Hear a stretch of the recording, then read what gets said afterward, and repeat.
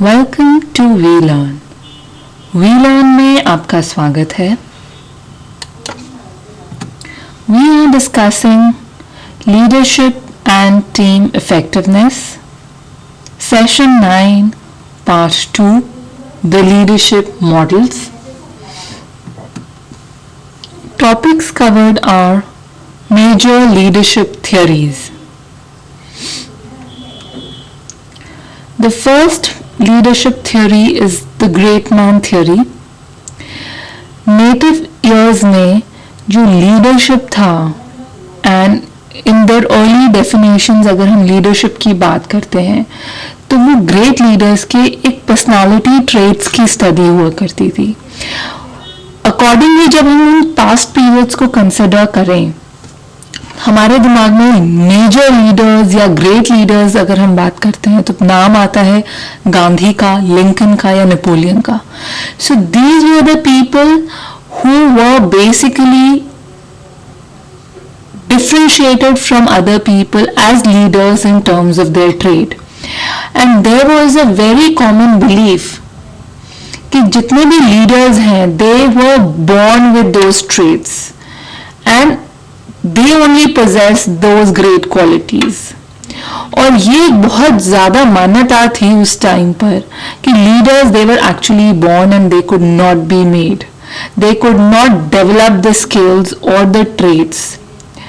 Now great leaders they will arise जब भी कभी कोई जरूरत होगी, whenever there is a great need, great leaders will arise automatically.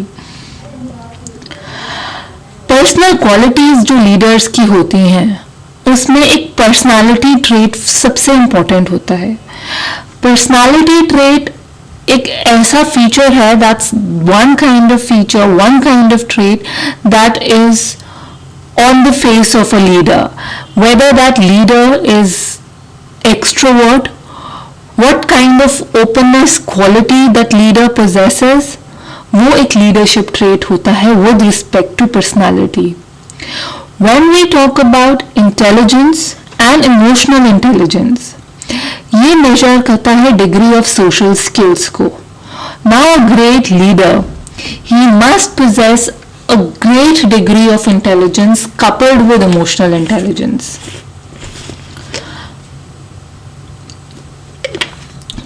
Along with this, so emotional intelligence, openness, extrovertness, a great leader, he must have this skill, the experience of handling people, the experience of handling situation, and experience of being a leader. And the level of participation, it is referred to as the Babel's effect. When we talk about trait theories, trait basically एक distinctive characteristics होते हैं। They are the characteristics on which two people they are differentiated and they are different from one another. Now when we talk in respect of leaders, there are certain traits which distinguishes a leader from a non-leader. Now, early trait theory, it has identified various traits which a leader must possess. A physical characteristic is one such. Now, when we say physical characteristics, the overall experience and the overall appearance of that individual who is a leader, it has a great impact. A person with a strong stature, a person with a very vibrant personality, a strong physical build, person could be lean, but then he must be strong in the way he carries himself. The height, the postures, the gestures, they contribute to a great extent. Then comes personality characteristics. An introvert on the prima facie cannot be a leader. And to be an effective leader, a person should be very, very extrovert, outgoing. The person should be very open. Then skills and abilities. That person should have the charm to make people follow him. He should be intelligent. Both he should be street smart as well as the basic intelligence required. So he should have those abilities so that people start liking him, people start following him. Then comes social factor. When we say social factor, they refer to interpersonal skill. How well a leader is good in his interpersonal skill, how well he talks to other person, how well he is able to influence the other person refers to as his interpersonal skill, how cordial he is with the follower, how well he is able to understand the requirements of his follower, requirements of his people. That forms the basis of social factor, interpersonal skill. So all these skills, all these traits, they are very, very essential for making a leader distinguished from a non-leader. Then what are the recent results on trade? Now, after being rejected as a basis for identifying leaders, there have been a lot of revival in the trade theories.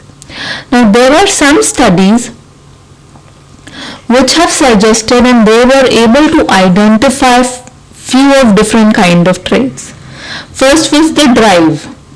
How well an individual who is supposedly a leader is driven by his own self.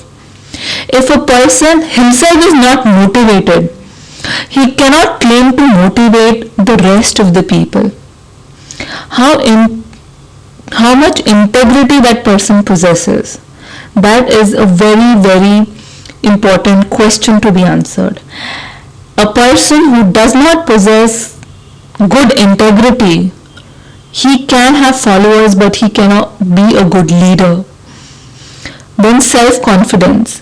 A good leader needs to be self-confident, he needs to be very, very intelligent, and he needs to have abundance of knowledge because he is required to interact with his people.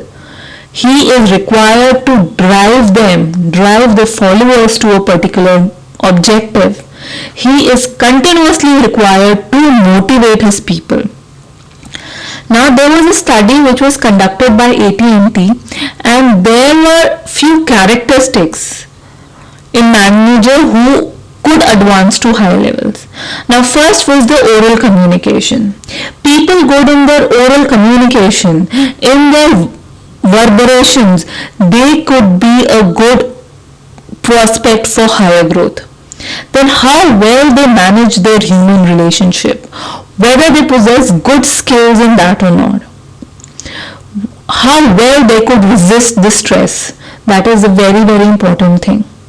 Then comes tolerance of uncertainty.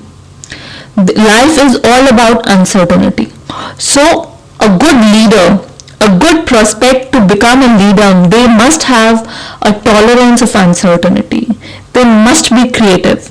They must think out of the box to make and drive his people to do the work very, very energetically. Then comes contingency leadership.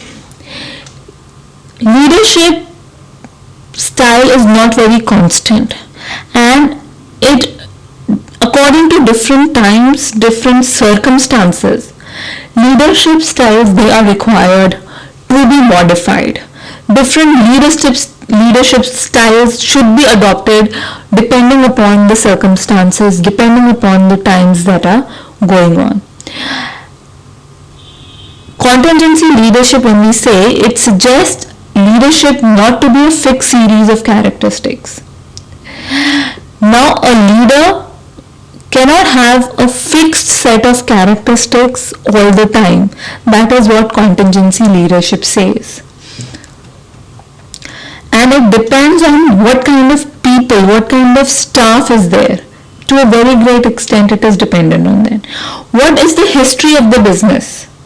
How it started? Who were the promoters? What kind of mindset was that? So contingency leadership depends to a great extent on the history of the business. What kind of culture is followed in the business? It is also a great influence on the contingency leadership and the relationship quality and what kind of changes are needed in the organization. And furthermore, what are the accepted norms within the organizations? Now, contingency approach जो है ये basically delineate करती है various characteristics जो particular situation के होते हैं and the followers. Furthermore, क्या होता है contingency leadership में examine करती है various leadership styles that could be used effectively. A Fiedler का contingency model, it was basically designed to diagnose a difference between a leader who is a task oriented or a relational leadership or relationship oriented, and it was also done to match the leadership styles to the situation.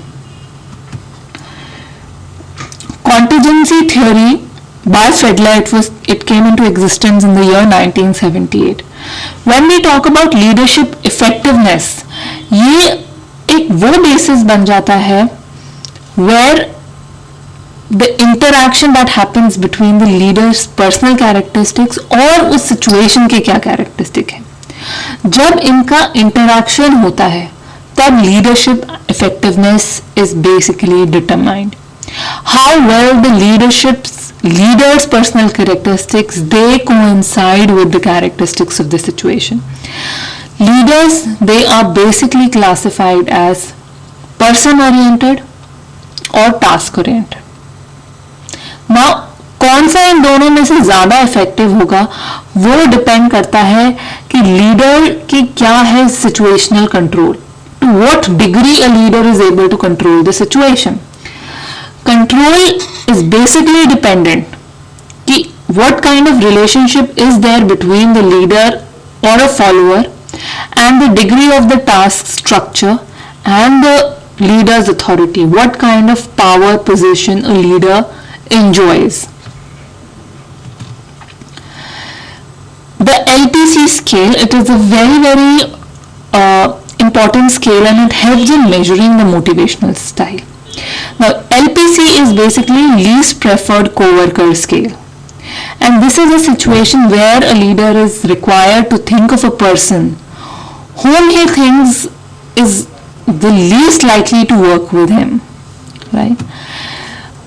An LPC scale is a situation where he or she may be someone you work with now or you have known him and worked in the past. This co-worker basically does not have to be the person you like least, but he should be the person जिसके साथ काम करने में आपको सबसे ज़्यादा difficulty होती है and getting a job done is a Herculean task. He is that kind of a person. Now, अगर हम LPC scales को 2 parts में divide करें in a contingency theory, there are high LPC leaders. और ये जो high LPC leaders हैं, they are very effective in case of moderately favorable, not extreme situations but moderately favorable situation. तो moderate situations में क्या होता है, the kind of relationship between LPC and the effectiveness, it tends to be very positive. And there is another case where there is low LPC leader. Low LPC leaders, they are very effective in either favorable or unfavorable situations. So in 2 extreme situations, a low LPC leader would be very effective. तो उसमें correlation जो आता है between LPC and the effectiveness is negative. When we talk about task-oriented leaders, they are very effective where there is extremely favorable or extremely unfavorable situation. वहीं पे person-oriented leaders would be more effective in case of moderately favorable situation. Now we can come to the conclusion कि जहाँ पे low LPC है, वहाँ पे person-oriented leaders, they are very effective in case of task-oriented situation. Whereas person-oriented leaders, they are very effective in case of moderately favorable situation. Now we can come to the conclusion कि जहाँ पे low LPC है, वहाँ पे person-oriented leaders, they are very effective in case of task-oriented situation. where we are using low LPC criteria or low LPC leaders, the task oriented leaders would be more effective, whereas high LPC leaders are the leaders who are person oriented leaders and they will be effective in this situation. Then comes criticism. Criticism basically वो हैं जो they are included in most of the research which was conducted in the laboratory. Then comes behavioral leadership. Behavioral leadership is a situation where leaders could be trained and the focus is basically on the way of doing the things. Now there are two types of behavioral theories. One is structure-based behavioral theory. Now structure-based behavioral theory basically focuses on the leader who is instituting the structure, that is task oriented. जो task को बना रहा है, who is constructing a structure. तो structure based behavioral theory इस पे based है. When we talk about relationship based behavioral theory, ये वो theories हैं whose focus is basically on process orientation. The focus is on the development and maintenance of relationship. Then comes personal behavioral theories. यहाँ पे leadership styles की बात करी जाती है. लीडरशिप स्टाइल्स क्या हुए? ऑटोक्रेटिक, डेमोक्रेटिक और laser-fair, right? Then comes, it also helps in measuring the quantity and quality of work coupled with the group satisfaction. There is another study, another theory which is Boyce's club test. It is laissez-faire is underperformed and it is only autocratic and democratic where same quantity of work is done. Now democratic is a situation where higher quality of work is done and there is a lot of group satisfaction. Now another is Tannebaum and Schmidt. Here it refers to the continuum of leadership behavior. When we say continuum of leadership behavior, where leadership is either the boss centered or the subordinate centered. अब जो leaders हैं वो basically क्या consider करते हैं? They consider their personal abilities or styles या फिर subordinates की preference या tolerance क्या है. Furthermore, what is the kind and nature of the situation? That is also studied. Here is a point which is to be noted कि it is neither autocratic nor democratic which makes a leadership appropriate. It is somewhat in between which makes a leadership better. So a path which is between autocratic and democratic leadership. Then comes job-centered and employee-centered. When we say job-centered, it refers to the structure of job. क्या job subordinates है, उनका क्या structure है? How closely are the jobs supervised? और किस तरह के incentives दिए जाते हैं to increase the production level? Furthermore, it helps in determining the standard rates of production, a job-centered theory. When we talk about employee-centered, it helps in building a group work, right? And a very effective group work जिससे high performance goals establish हो जाते हैं. It has lot of focus on human aspect of the subordinate. They are not just treated as employees, they are treated as assets to an organization. They furthermore help in specifying and communicating the objective because the focus is on employees now. और एक बहुत considerable level की freedom दी जाती है so that an individual can achieve the objectives. When we compare the two, the result is that an employee-centered approach is more in a good shape than a job-centered approach. When we talk about initiating structures, so initiating structures basically it helps in structuring the roles and the roles of the subordinates towards achieving goals. तो जब structure leader अपना खुद role करता है और subordinate का भी करता है तो एक कोलैबोरेटिव एफर्ट हो जाता है and this helps in achieving the goals. फिर क्या होता है, इनिशिएटिंग स्ट्रक्चर एक ये बहुत एक्टिव प्लानिंग की जरूरत होती है and there is a continuous planning of work activities coupled with communicating relevant information with scheduling the work. The two-dimensional model other is the consideration. The first we have discussed initiating structure and another is consideration. A leader must give a due consideration to the work environment for mutual trust. There has to be respect for subordinates' idea. Then there should be a consideration for subordinates feeling because after all he is human, he is an asset to the organization. Furthermore, there needs to be a two-way communication. So Ohio State study, that study has propounded two-dimensional model. One is initiating structure and another is consideration. When we come to the conclusion, consideration is able to produce higher employee satisfaction. Then is Blake and Mouton, it's a managerial grid और ये concern होता है basically concerned with production versus concern for people. Now they are better to be high on both the dimension. There are other studies also which have suggested that high on both these dimensions, concern for production and concern for people is always not the best. So it is and concluded that flexibility is very necessary depending on the situation. Two exercises: explain the great man theory and what is personal behavioral theory of leadership. Thank you and have a nice day. Keep learning and we learning.